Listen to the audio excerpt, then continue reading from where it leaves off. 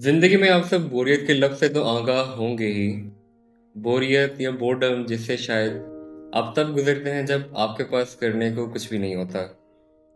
वो कंडीशन आपको बहुत बुरी लगती है और आप इससे निकलने के लिए शायद कुछ भी कर लेते हैं।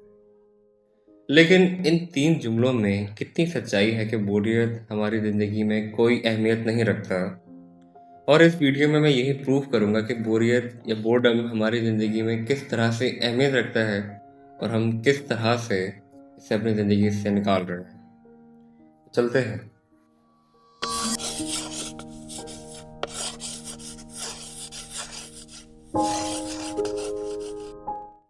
कुछ साल पहले साइंटिस्ट ने एक स्टडी के एक्सपेरिमेंट में कुछ वॉलंटियर्स को इकट्ठा किया और वन बाय वन उन्हें एक रूम में बिठाया। जिस रूम में इतना कुछ तो था नहीं, बट सबसे बड़ी चीज़ उनके पास उनका फ़ोन नहीं था। गाइडलाइंस ये थी कि स्टूडेंट्स अपने माइंड को उनकी थॉट से एंटरटेन करें। और ट्विस्ट ये था कि कमरे में कुछ ना होने के बावजूद भी एक बटन था जिसको दबाने पर वॉलंटियर्स को शॉक मिलेगा, और ये बात उन्हें खुद भी मालूम थी। टोटल टाइम 20 मिनट्स था और surprisingly 67% of the men and 17% of the women ने अपने आप को शॉक दिया। Don't ask me why but to entertain themselves. वो सब यंगस्टर्स थे और जब उनसे पूछा गया कि इस सब की क्या वजह है तो simply they said to avoid boredom.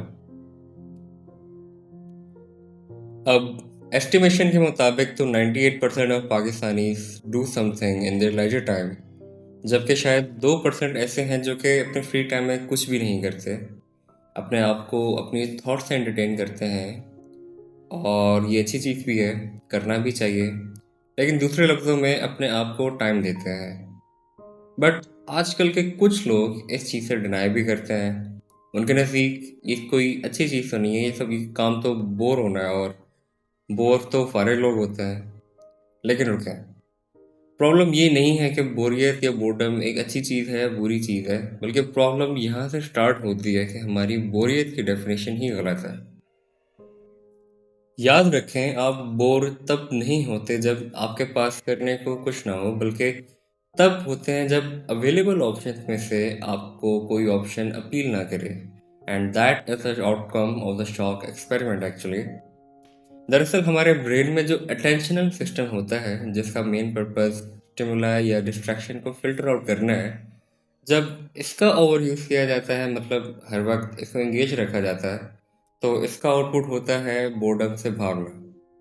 असल में यही है जो कि ओवर यूज़ के बाद डोपामीन में डेवलप हो जाता है, और मतलब ऐसे न्यूरो ट्रांसमीटर जो कि आपकी मोटिवेशन और प्लेजर को डिसाइड करते हैं। और जब इसे कुछ देर के लिए कम कर दिया जाए तो ये आपके अंदर बोरियत जैसी फीलिंग्स को इंड्यूस कर देते हैं। मतलब डोपामीन लेवल कम हुआ और आपका ब्रेन न्यू स्टिमुलाई, यानी ऐसे स्टिमुलाई जो कि आपको फील करते हैं, ढूंढना शुरू हो जाता है, जो कि आपको अनकंफर्टेबल महसूस करवाते हैं। और same is a case for anything, scrolling, music, खाना पीना, एनीथिंग, इवन बोर्डम भी इसमें इंक्लूडेड है। और डोपामीन या एडिक्शन के जो कॉन्सिक्वेंसेस हैं उनमें सबसे बड़ा है पर्सनैलिटी चेंज, मूड फ्लक्चुएशन और हाइपर एक्टिविटी। अब हाइपर एक्टिविटी का मतलब ये होता है कि जब आपके पास कोई specific source of dopamine available नहीं होता, तो आप छोटी छोटी बातों पर हाइपर एक्टिव यानी गुस्सा कर जाते हो। और ये चीज़ सबसे ज़्यादा सिगरेट यूज़र्स और स्क्रीन यूज़र्स में भी देखी गई है, और स्क्रीन यूज़र में सबसे ज़्यादा बच्चों में। और अब बात करते हैं बोर्डम के बारे में।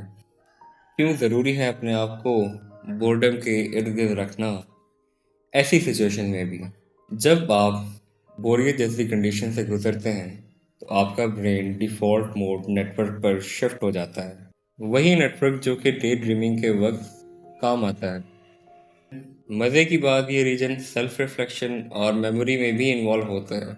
असल में ये चीज़ आपको ब्रेक देती है उन सब फोकस टास्क से, और ऑटोमेटिकली आपकी जो इमेजिनेशन होती है वो इम्प्रूव हो जाती है, यानी क्रिएटिव थिंकिंग आपकी इम्प्रूव हो जाती है। इमेजिनेशन हमेशा ख्याली प्लॉट से रिलेटेड नहीं होती, बल्कि ये चीज़ डीपली कनेक्टेड है हमारी क्रिएटिविटी से। और क्रिएटिविटी का मतलब भी हमेशा सब्जेक्टिव, यानी पेंटिंग्स, डिज़ाइन एक्सेट्रा ये नहीं होता, बल्कि ज़िंदगी के मामलात में डिसीजन मेकिंग भी क्रिएटिविटी से डीपली कनेक्टेड है।